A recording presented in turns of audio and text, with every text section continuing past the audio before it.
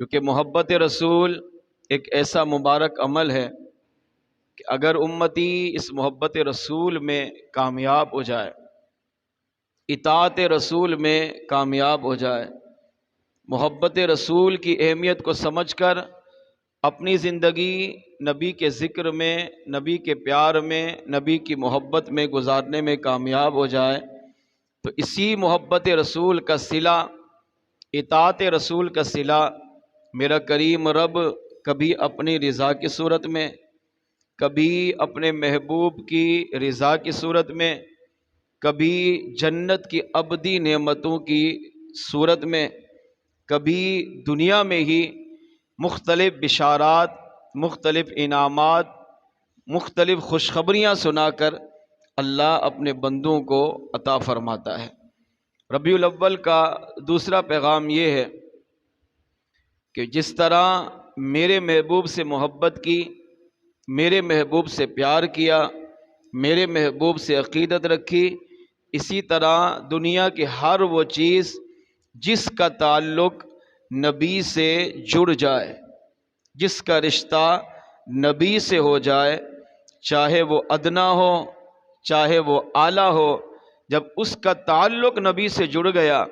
تو اب تم پر لازم ہے کہ جس طرح نبی سے محبت سچی کرتے تھے، نبی سے پیار سچا کرتے تھے،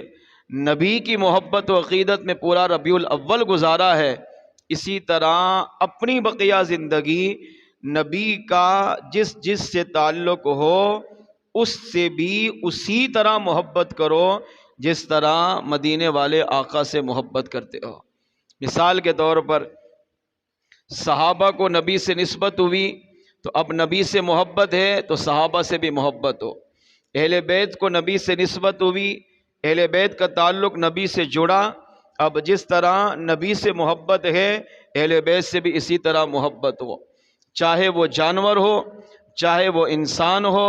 چاہے وہ فرشتہ ہو، چاہے وہ جنات ہو، چاہے وہ پتھر ہو، چاہے وہ درخت ہو، چاہے کائنات کی کوئی بھی چیز ہو، جس طرح آپ ربیع الاول نبی کی محبت میں گزار رہے تھے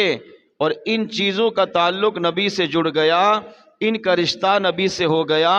ان کی محبت نبی سے ہو گئی، ان کی نسبت نبی سے ثابت ہو گئی، تو جس طرح نبی سے محبت کر رہے تھے اسی طرح ان چیزوں سے بھی سچی محبت کرنا۔ اور اگر اس محبت میں تم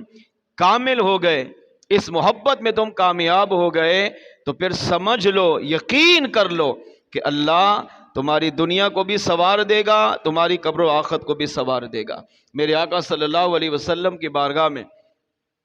ایک صحابی حاضر ہوئے، عرض کیا یا رسول اللہ صلی اللہ تعالی علیہ وسلم، میں آپ سے محبت کرتا ہوں، بے انتہا محبت کرتا ہوں، مگر یہ ارشاد فرمائیے متی الساعہ، قیامت کب آئے گی؟ میرے آقا صلی اللہ تعالی علیہ وآلہ وسلم نے ارشاد فرمایا میرے صحابی، قیامت کے بارے میں سوال تو کر رہے ہو مگر یہ بتاؤ تم نے قیامت کی تیاری کیا کی ہے؟ قیامت کب آئے گی؟ قیامت کیا کوئی آسان ہے؟ سورج 1.25 میل پر ہو، تانبے کی زمین ہو، سورج آگ برسا رہا ہو، انسان ننگے بدن تپتی ہوئی زمین پر کھڑا ہو، جب قیامت قائم ہو تو آسمان پھٹ جائے، ستارے جھڑ جائیں، زمین اپنے خزانے اگل دے، سورج گر جائے، چاند گر جائے، پوری کائنات کا نظام درم برم ہو جائے،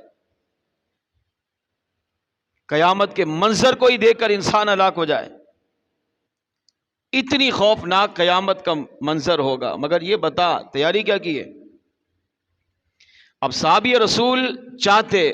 تو کہہ سکتے تھے یا رسول اللہ میرے پاس نمازیں،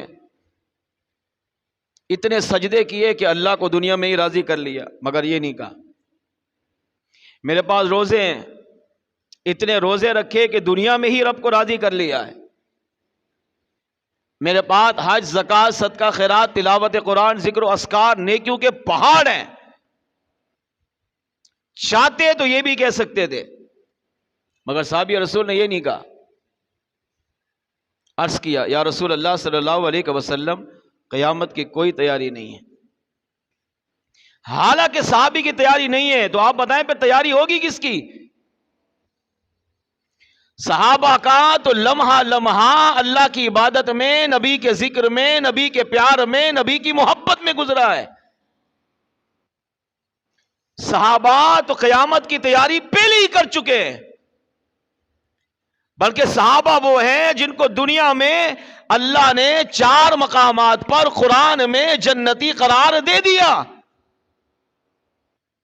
مگر اس کے باوجود عرض کیا آقا تیاری نہیں کی۔ میرے آقا علیہ السلام نے فرمایا قیامت کی تیاری نہیں ہے، پھر قیامت کے بارے میں پوچھا کیوں؟ عرض کیا آقا ایک عمل ایسا ہے جس پر مجھے ناز ہے، اس عمل پر مجھے ناز ہے، اگر اللہ نے میرا یہ عمل قبول کر لیا تو پھر مجھے یقین ہے، اپنے رب کی بارگاہ سے امید ہے کہ اللہ میری بخشش ضرور کر دے گا۔ اب وہ عمل کیا تھا؟ نماز، روزہ، حج، زکوٰۃ، صدقہ خیرات، تلاوت قرآن، ذکر و اذکار، نیک اعمال۔ کیا وہ عمل کیا تھا جس پر صحابی رسول کو ناز تھا؟ تو میرے آقا صلی اللہ علیہ وسلم نے ارشاد فرمایا بتا وہ عمل کیا تھا جس پر تجھے ناز ہے؟ عرض کیا آقا احب اللہ و رسولہ، میں اللہ سے بھی محبت کرتا ہوں، اللہ کے محبوب سے بھی محبت کرتا ہوں، بس اس عمل پر مجھے ناز ہے۔ قیامت آئے گی، خوفناک مناظر ہوں گے، خوفناک مراحل ہوں گے، اس کا کوئی انکار نہیں ہے، قیامت کی تیاری بھی نہیں ہے۔ نماز آج تک ایسا سجدہ نہیں کیا جو رب کی شان کے لائق ہو، آج تک ایسا روزہ نہیں رکھا جو اللہ کی شان کے لائق ہو،